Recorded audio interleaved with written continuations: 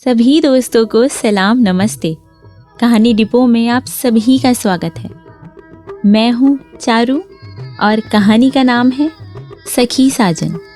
कहानी के लेखक हैं आकांक्षा पारे काशिफ। तो आइए शुरू करते हैं कहानी सखी साजन। ये कहानी उतनी ही सच्ची जितनी प्रेम में रत जगे, उतनी ही झूठी जितने प्रेम के वादे कसमें। उसकी डायरी का ये पहला वाक्य था। लिखावट खूबसूरत थी। इस वाक्य के बाद पूरा पन्ना लगभग कोरा था। कहीं कहीं फूल पत्ती और सितारे बनाए थे उसने। एक झोपड़ी नुमा घर, घर से निकलता रास्ता, पहाड़, उगता सूरज और हाँ, एक पेड़ और उस पर बैठी चिड़िया भी। पूरी डायरी में कभी नीली तो कभी हरी स्याही से उसने छोटी छोटी इबारतें और शायरी लिख रखी थी। बीच बीच में वही फूल पत्ती मांडने, आड़ी तिरछी लकीरों से गुदी सी थी वो डायरी। इन सब के बीच ही सुंदर लिखावट में दर्ज था उसका दर्द, दर्द जो मेरे अपने ने ही उसे दिया था। वो दर्द जिसकी मैं कल्पना भी नहीं कर सकती थी और जिसने दिया था वो चैन से थी, किसी भी बात से बेखबर। मैं अब तक बेतरतीबी से उस डायरी को पढ़ रही थी। कभी आगे का हिस्सा तो कभी अचानक आखिरी पन्ना, कभी बीच का कोई हिस्सा। आधा वक्त तो उसकी अनूठी अनगढ़ चित्रकारी पर नजर जमाए ही बीत जाता था। फिर ध्यान आता, मुझे तो डायरी पढ़नी है, उसके दर्द का साझीदार होना है। बहुत पहले कहीं पढ़ा था ऐसी बेतरतीब चित्रकारी के बारे में। ऐसी चित्रकारी व्यक्ति के मनोभाव दिखाती है। कोई यूं ही नहीं कागज पर गोदता रहता है। उथल पुथल होती है मन में, जो रोशनाई के सहारे कागज पर निकल आती है। जब मन में दुविधा हो तभी ऐसे चित्र निकलते हैं मन से बाहर। प्रदीप ने कहा था एक बार कि कुछ लोगों की आदत होती है, कहीं भी कागज कलम मिला नहीं कि लगे गोदने। आजकल के लोग जिसे गोदना नहीं, डूडल कहना पसंद करते हैं। स्कूली बच्चों की कॉपी जैसी दिखती उस डायरी में बने चित्रों को मैं भी समझने की कोशिश कर रही थी। प्रदीप पढ़ते थे डूडल के मनोभावों को। बहुत रुचि थी प्रदीप की ऐसी बातों में। अक्सर कहा करते थे कि आदमी पूरी तरह खुल जाता है कुसुम, यदि कोई 5 तरह के डूडल मेरे सामने बना दे तो मैं फौरन बता सकता हूं कि क्या चल रहा है सामने वाले के मन में, उसकी कौन सी इच्छाएं दबी हैं मन में। मैंने याद करने की कोशिश की। जितना प्रदीप से जानती सुनती आई थी, सितारे बनाने का मतलब होता है आशा। खुद के जीवन से एक ऐसी आशा जो पूरी होना थोड़ी मुश्किल हो। हाँ, मुश्किल आशाएं ही तो पाल रखी थी उसने अपने मासूम से मन में। मैंने पढ़ना शुरू किया। सलेटी रंग के आसमान के एक टुकड़े ने मेरी बालकनी से झांका और मुझे बताया कि उसके आने का वक्त हो गया है। मैंने सोचा खुद को व्यवस्थित कर लूं, थोड़ा कमरा संवार लूं। वैसे इसका उलट भी तो हो सकता था। मैं थोड़ा संवर लेती और कमरा थोड़ा व्यवस्थित कर लेती। पर मुझे संवरने का कभी शौक रहा ही नहीं, तब भी नहीं जब संवरने की उम्र रहती थी। आईने के सामने खड़ा होना अच्छा लगता है, पर पता नहीं उसमें ऐसा क्या है। उसके आने से पहले मुझे व्यवस्थित हो जाना अच्छा लगता है। चाहे मैं दफ्तर से कितनी भी थक कर आऊं, चाहे मेरा मन कितना भी अलसाने का करे, मैं उसके आने से पहले मुंह हाथ धो लेती हूँ, चेहरे पर थोड़ी रौनक ले आती हूँ और इंतजार करती हूँ कि वो कब चहकती सी कमरे में दाखिल होगी और पूरा कमरा उसकी चहचहाहट से भर जाएगा। पहले मुझे बड़ा अजीब लगता था उसका साथ। कितना बोलती है, 1 मिनट चुप नहीं रहती। पिछले 4 साल से मैं इसी कमरे में हूं, लेकिन इससे पहले कभी इतनी रौनक नहीं रही। अब तो जब देखो कोई ना कोई उससे मिलने आता रहता है। कमरा हमेशा भरा भरा सा रहता है। मुझे जबरदस्ती बातचीत में घसीट लेती है वो। क्यों सोनाली, तुम्हारे यहाँ ऐसा होता है क्या? क्यों सोनाली, तुम वहां कभी गई हो क्या? क्यों सोनाली, तुम्हें ये पसंद है क्या? जब भी कमरे में रहती है सोनाली सोनाली करती रहती है। उससे पहले तो मुझे पता ही नहीं था कि घर किसे कहते हैं और घर का प्यार क्या होता है। वो मेरा बहुत ख्याल रखती है, मुझे बहुत अच्छा लगता है। ओह, तो उसका नाम सोनाली था। कितना आश्चर्य है, मैंने उसके सैकड़ों संगी साथियों के नाम सुने हैं, लेकिन ये नाम कभी नहीं सुना। क्या बच्चे इतना कुछ छुपाते हैं अपने माँ बाप से, खासकर माँ से? माएँ तो दोस्त होती हैं ना? दोस्त? मैंने खुद से प्रश्न किया। दोस्ती तो सिर्फ किताबों में ही दिखाते हैं बच्चों और माँ की। अखबार के फीचर पन्नों तक ही सिमटी हुई है ये दोस्ती। पता नहीं, कुछ माएँ होती होंगी इतनी भाग्यशाली कि उनके बच्चे उनके दोस्त रहते होंगे, लेकिन ये बात तो दोस्तों को बताने लायक भी नहीं है। क्या कोई अपने किसी दोस्त को बता सकता है कि वो आगे मैं सोच ही नहीं पाई, शायद सोचने की हिम्मत नहीं जुटा पाई। खुद को नए जमाने का मानती आई हूं, पर ये नयापन मेरे गले में फंस गया था। न रुलाई फूटती थी न आवाज। ये बेवफाई थी, अपराध था, किसी का शोषण था, किसी की मजबूरी का फायदा था। क्या था आखिर ये? मैं ये तय कर भी लेती तो क्या फर्क पड़ना था? इसकी सुनवाई तो अब कहीं नहीं हो सकती थी। मेरा मन घबरा रहा था। मैंने आहिस्ता से डायरी बंद की और बालकनी में चली आई। इस अनजान महानगर में बालकनी का ये कोना ही मेरा अपना था। जहां नजर जाती थी बस ऊंची ऊंची इमारतें ही दिखाई देती थीं। तीसरी मंजिल के इस फ्लैट में 5 कमरों के इस मकान में हम 3 लोग रहते हैं। मकान मैंने इसलिए कहा कि घर बनने के लिए इसे एक लंबा रास्ता तय करना है। जब मैं बालकनी से झांकती तो लगता सीमेंट के पेड़ उगाए हैं। ऊंची इमारतों की छोटी छोटी खिड़कियां दिखती और रात होते ही सफेद पीली रोशनी से रोशन हो जाती। देर रात तक कुछ खिड़कियां रोशन रहती और अंधेरे में इन्हीं रोशन खिड़कियों के सहारे कई बार मेरी रात कट जाती। यदि कभी वो मुझे जागते हुए पाती तो प्रेम से पूछने की बजाय हमेशा डपट देती, सो जाओ वरना बीमार पड़ जाओगी, फिर मुझे ऑफिस से छुट्टी लेकर तुम्हारी देखभाल करनी पड़ेगी। नींद नहीं आती, क्या करूं? अब ये जवाब देकर भी मैं थक गई थी। तुम्हारी चिंता सताती है, ये तो मैं बोलना ही भूल गई थी। ऐसा बोलकर मैं और 4 बातें सुनना नहीं चाहती थी। मैं जानती थी ऐसा कहने पर वो बिफर पड़ेगी और किसी भी बात का चीख कर ही जवाब देगी।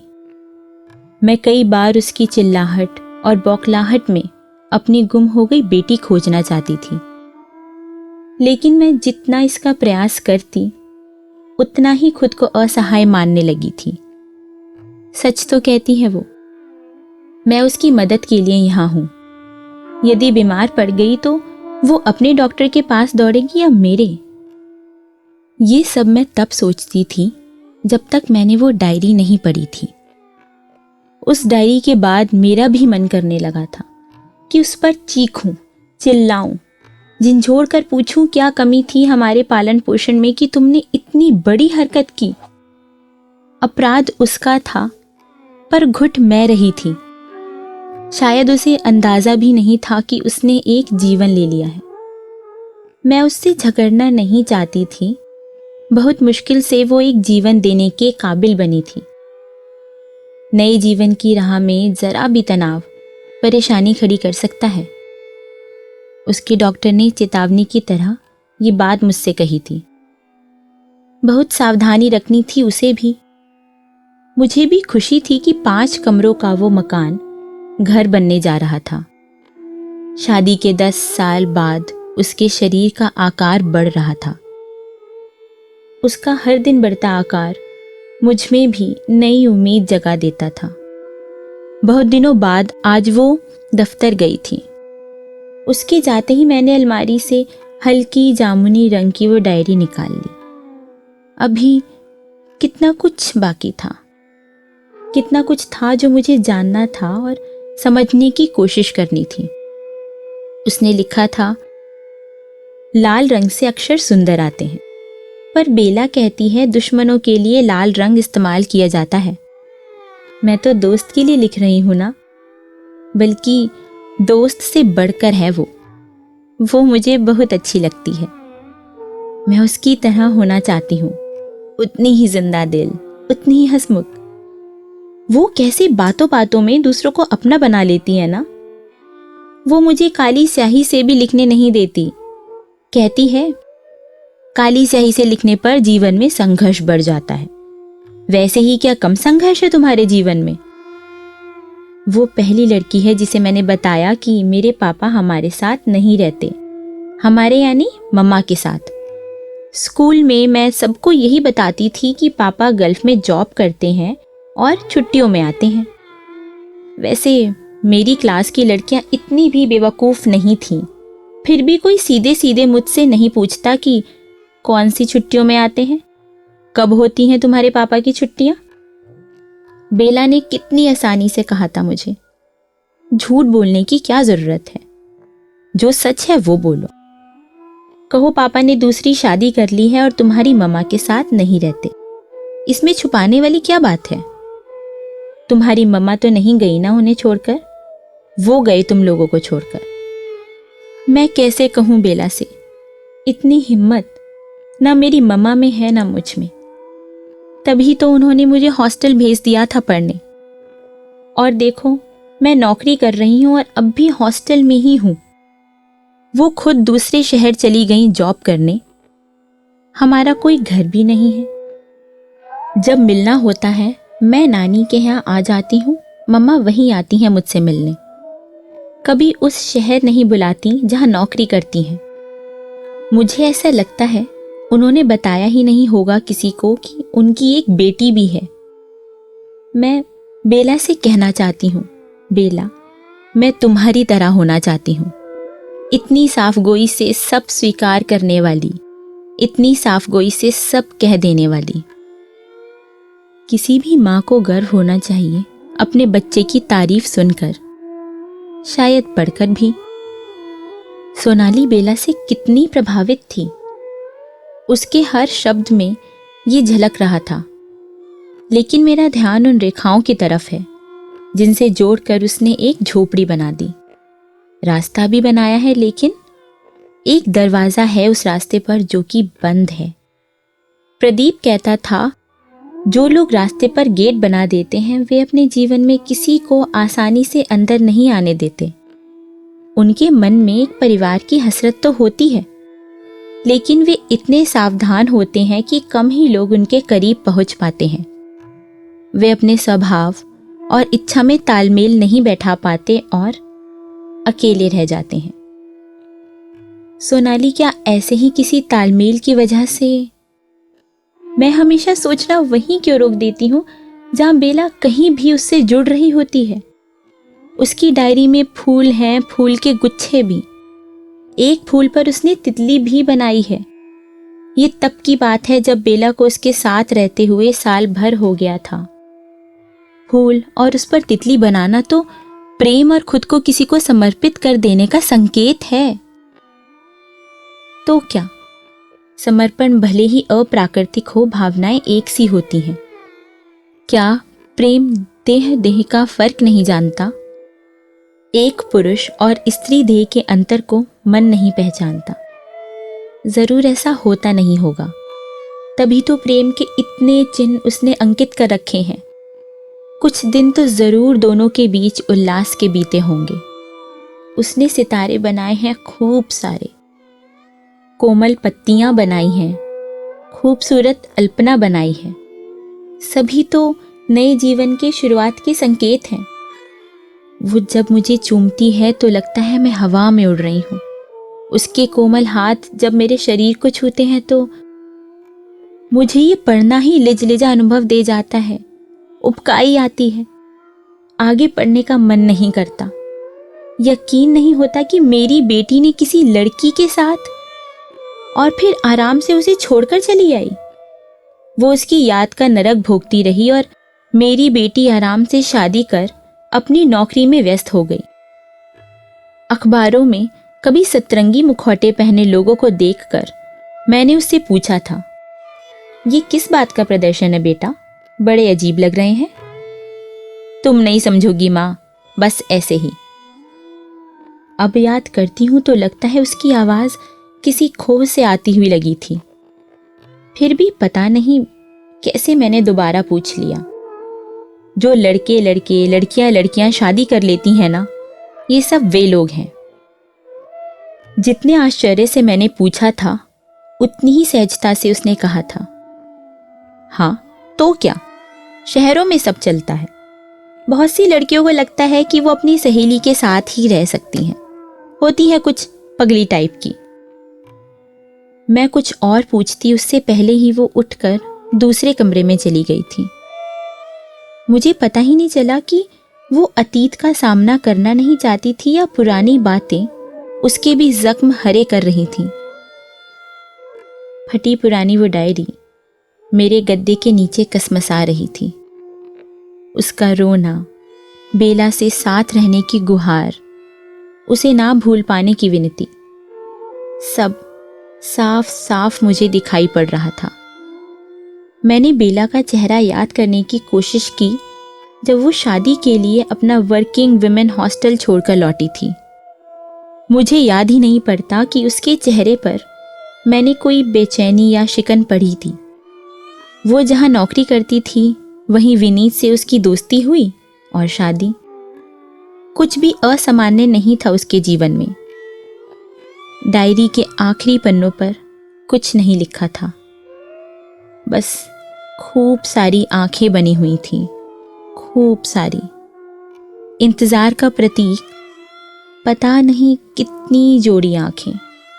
कहीं कोई चेहरा नहीं, बस आंखें, बड़ी बड़ी कजरारी सी, लेकिन उदास। लगता था उसके शब्द चूक गए हैं, उसकी इच्छा खत्म हो गई है, उसने अपने मन को मार लिया है। कोई चित्र नहीं, कोई गोदना नहीं, बस 2 पंक्तियां लिखी थीं लाल स्याही से, भूले हैं रफ्ता रफ्ता उन्हें मुद्दतों में हम, किस्तों में खुदकुशी का मजा हमसे पूछिए। तो ये थी कहानी सखी साजन। आपको कहानी कैसी लगी हमें ज़रूर बताएं, क्योंकि आपकी प्रतिक्रिया हमारे लिए बहुमूल्य है।